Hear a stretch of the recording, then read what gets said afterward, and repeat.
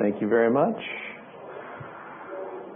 So I'm here to give a corporate update on Sunesis Pharmaceuticals, and I will be making forward-looking statements today, so please refer to our SEC filings for more detail.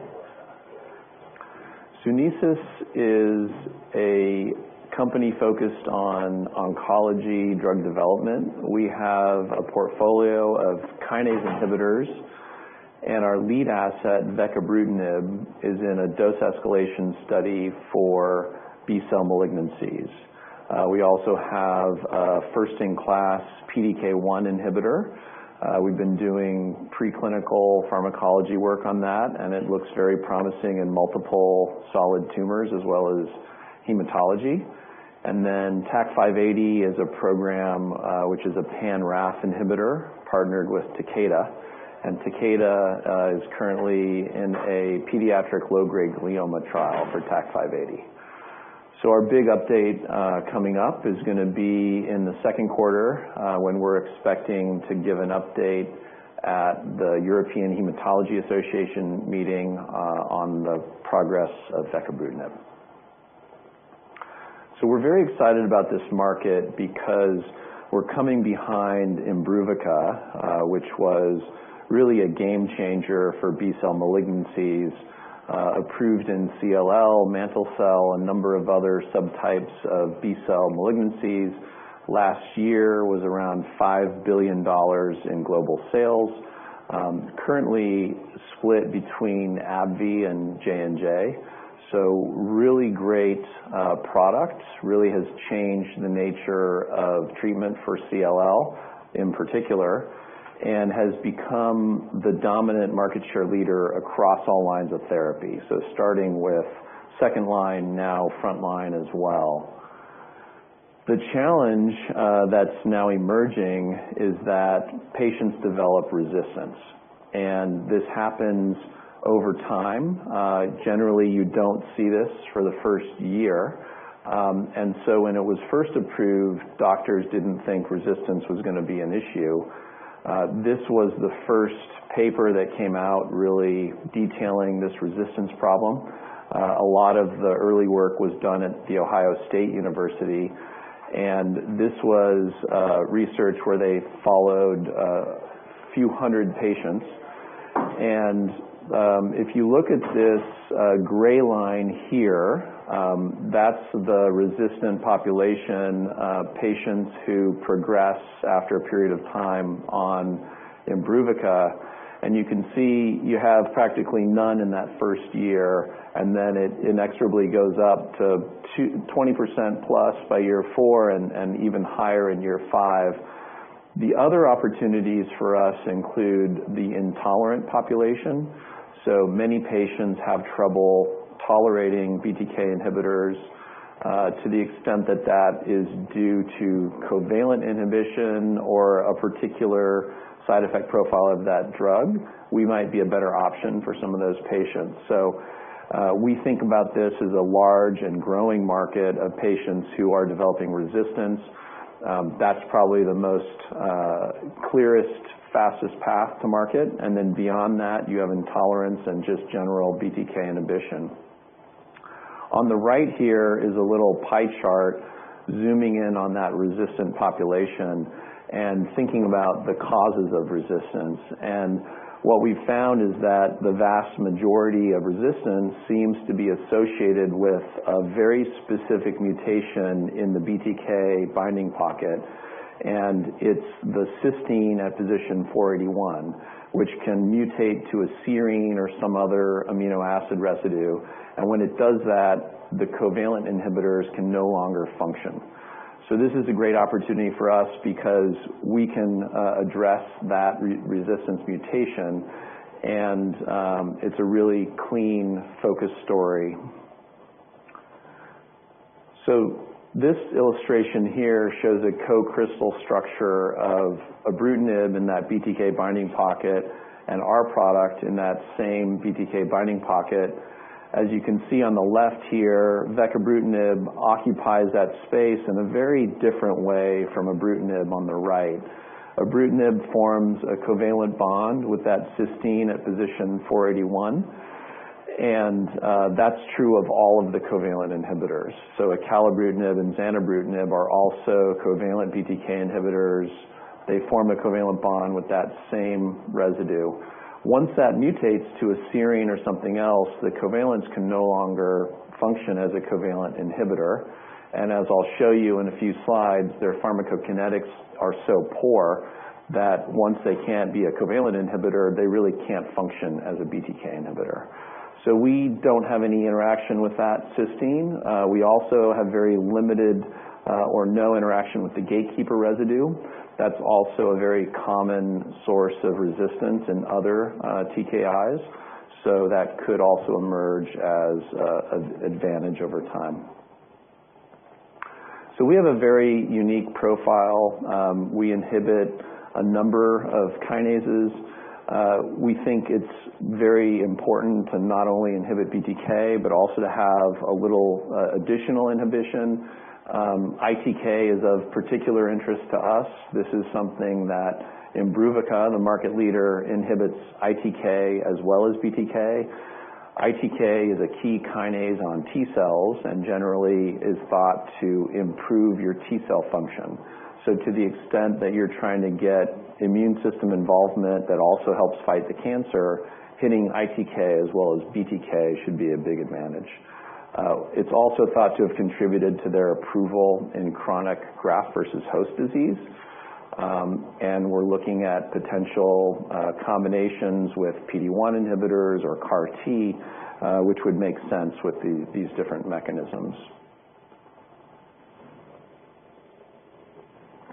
So in this slide, we're looking at the covalence and the non-covalence, and this is a little bit of a Frankenstein slide in that we've pulled together the IC50s from a lot of different publications.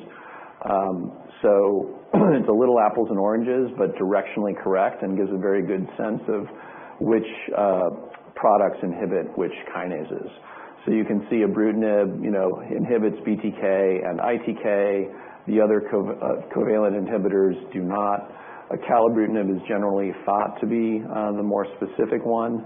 We're focused more on the non-covalent inhibitors. Once the patient develops that C481S mutation, the covalents can't really work anymore. So it's a choice between the different non-covalents. We think we have the right balance of being selective, but covering a small and focused number of kinases. And again, we think BTK and ITK are going to be the most important, but we also hit a few other TEC family kinases. TEC is the one that comes to mind, and then SRC family and NEC11, which is a DNA repair kinase. LOXO is probably the most selective of the non-covalent inhibitors. They just started their trial, so we think they're about a year behind us. Watching that progress very closely now that they're part of Lilly.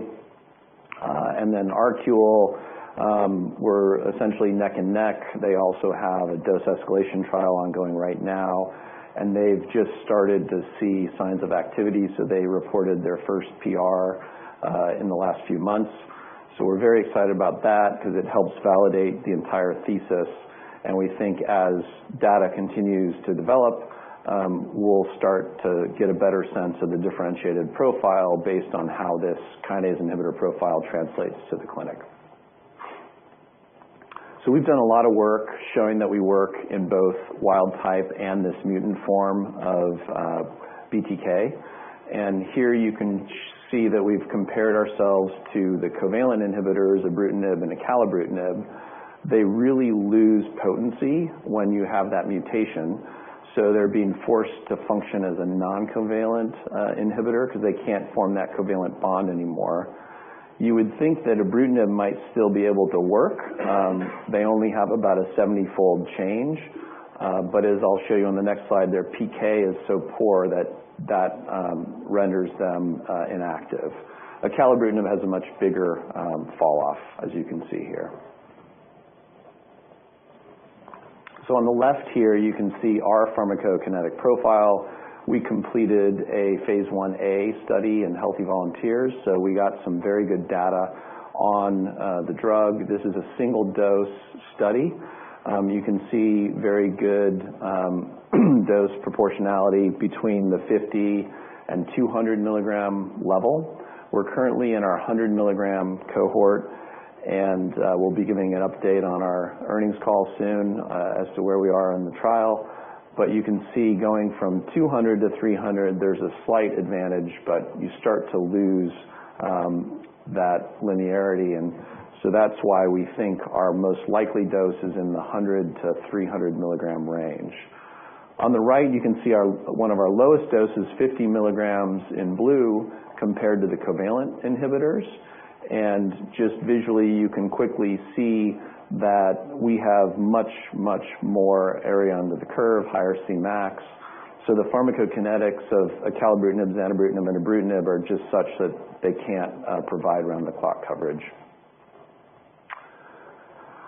So we also have looked at phosphorylated BTK as a measurement of activity, and this is the pathway that we're trying to inhibit. So you can see that on the left, this is our inhibition over time. So we want to be as close to 100% inhibition around the clock. This helped us conclude that we should be dosing our drug twice a day, and that's what we're doing in our current trial. And you can see we get near complete inhibition, even at lower doses, at sustained almost 12 hours in that 100 to 300 milligram range. On the right, you can see our percent inhibition plotted against the plasma concentration. And you can see as you get to plasma concentrations around 1,000 nanograms per milliliter and higher, you see very near complete inhibition. So our goal is to have a plasma concentration in excess of around 1,000 nanograms per mil around the clock, and that should give us that complete BTK inhibition. So quick update on our trial. This is a phase 1b/2 trial, so we escalate until we select our phase 2 dose, and then we're able to seamlessly expand in that phase 2 portion. We accept many different types of B-cell malignancies. Most of our patients have been CLL, but we can also treat NHL patients such as follicular lymphoma or diffuse large B-cell. The last update that we gave, we were in the 100 milligram cohort, and we had filled all of the slots as of early March, and we'll be giving another update in early May on our earnings call. We've been seeing very good investigator involvement in this trial and very strong interest. On the right is just some of the thoughts in terms of that phase 2 expansion that we're going to explore when we get to that point. These are some of the sites we have, 8 very high-quality sites. We've been really happy with the investigator involvement that we have. Over the course of 2018, we added San Diego, Moffitt, and Swedish, so have some new sites in the mix. Memorial Sloan Kettering, Dana-Farber, UC Irvine, Cornell, and MD Anderson round out the current sites. We're going to continue to add to this as we complete our dose escalation and then have a vision of expanding into Europe with the phase 2. So a lot of work we've been doing is trying to over-engineer so that when we're ready for that phase 2, we can move really quickly. We've completed 13 patients through the 50. We filled all slots in the 100. The protocol now allows for us to enroll 6 patients up front, which gives us a lot more flexibility and control over the trial. So, for example, if we have a patient who's very sick when they come on to the trial and they progress in that first few days of dosing, that is okay because we only need 3 of the 6 patients to complete to get that dose cohort completed. So very happy with where we are with the trial right now. This is a quick snapshot of where we were at ASH. This was a presentation we gave in December. So it is through the 50 milligram cohort. Very consistent with what we're seeing going forward. I'll just highlight a few things. Prior therapy median of 5 prior lines of therapy, so these are really beat up patients. Almost half of them have seen venetoclax and failed on venetoclax. We've also seen a number of patients who failed CAR T therapy, so what we're seeing in this early part of the trial is some very, very sick patients who had a lot of prior therapies. Luckily, as we're getting into the hundreds and beyond, we are seeing some patients that are a little earlier in lines of therapy. We continue to see a majority of CLL patients. So on the right there, you see some details on those 7 CLL subjects. And the rates of the C481 mutations are what you'd expect. So between 50 and 80% is kind of what we've seen based on numerous studies, and that's what we're seeing in the trial.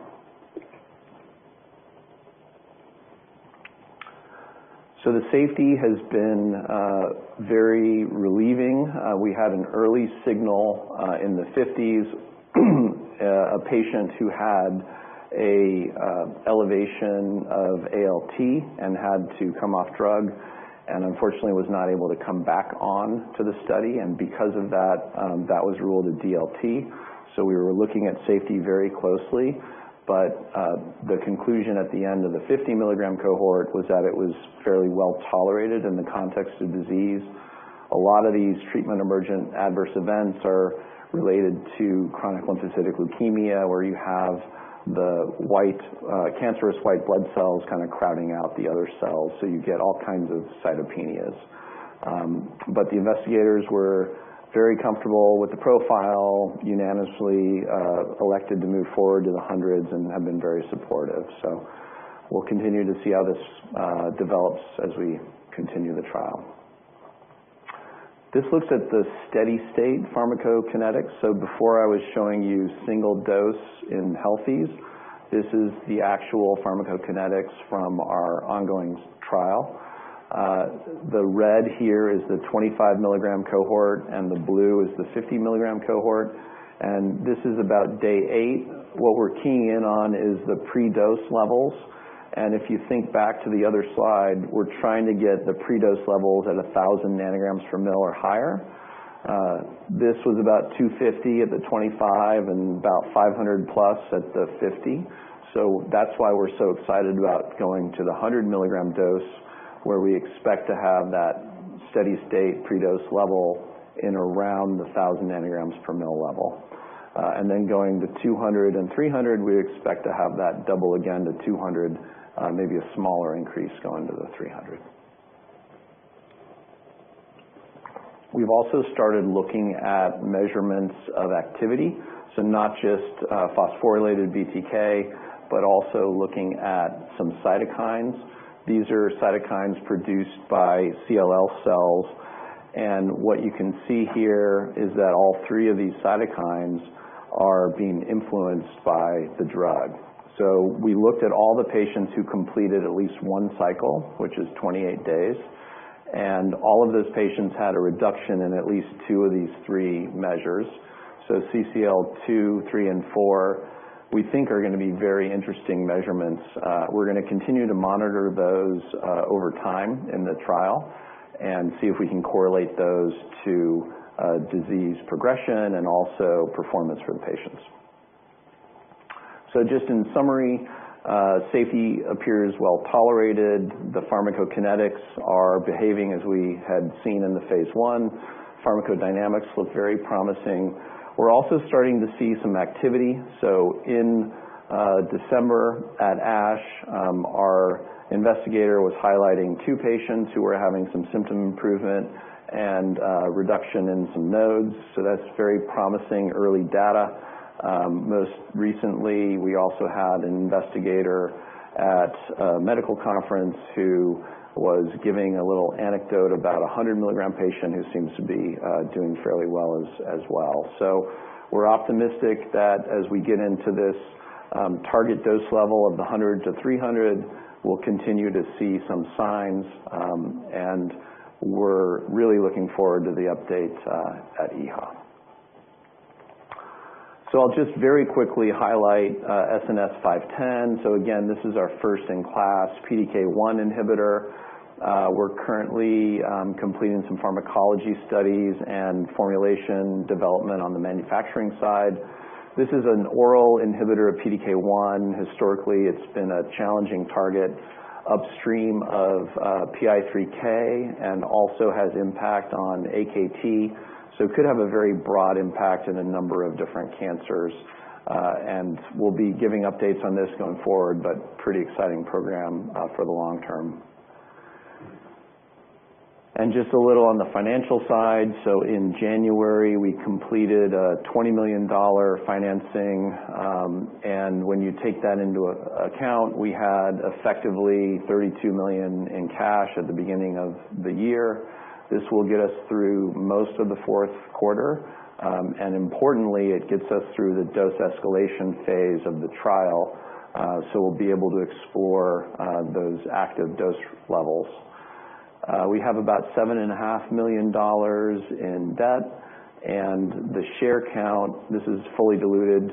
We have a few preferred shares as well as common, so we're lumping those together here for almost 84 million shares. Pretty clean in terms of warrant and option. It's really just employee options that we have, and some really great shareholders as well as some great analysts. So been very happy with the attention we're getting and with the support. So that's the story. Large and rapidly growing market. We think the mechanism is very well validated, and the emerging unmet need of resistant patients is very clear and easy to define. And so we're excited to be exploring these active dose levels, and we think later in this year we should have some really good updates. And aside from that, we also have the PTK1 program and have full rights to both programs. So that's the story. Thanks for your attention.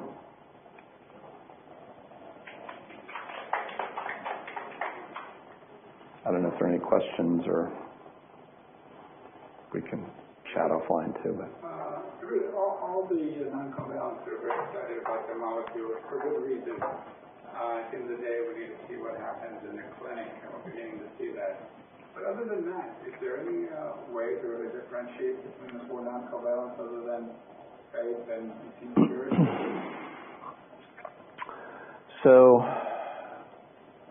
the closest I can come is really the kinase inhibitor, because that's all we have right now. We don't have any clinical data for Loxo or our Aptose, so we don't know anything about what those will look like in the clinic.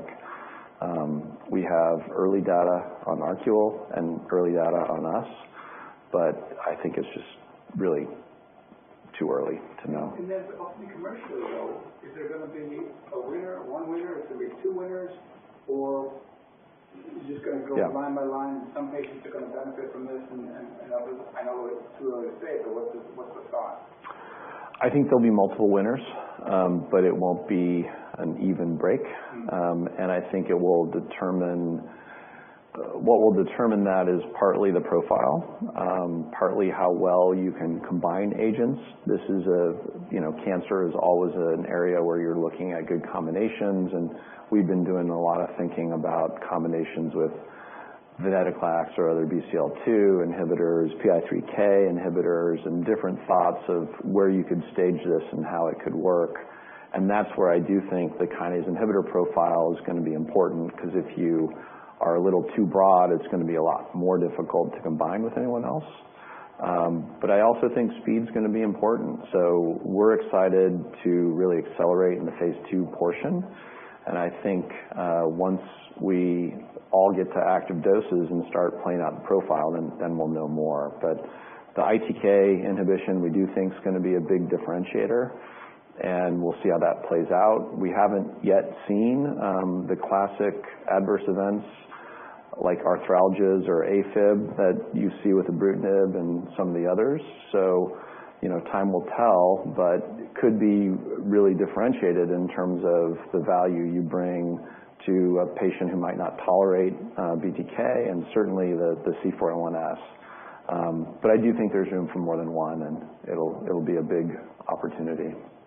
What do you think the level of interest of the strategics at this point is from the standpoint of protecting their franchise? They're obviously looking closely. Do they act preemptively, or do they wait way down the road? What is your sense?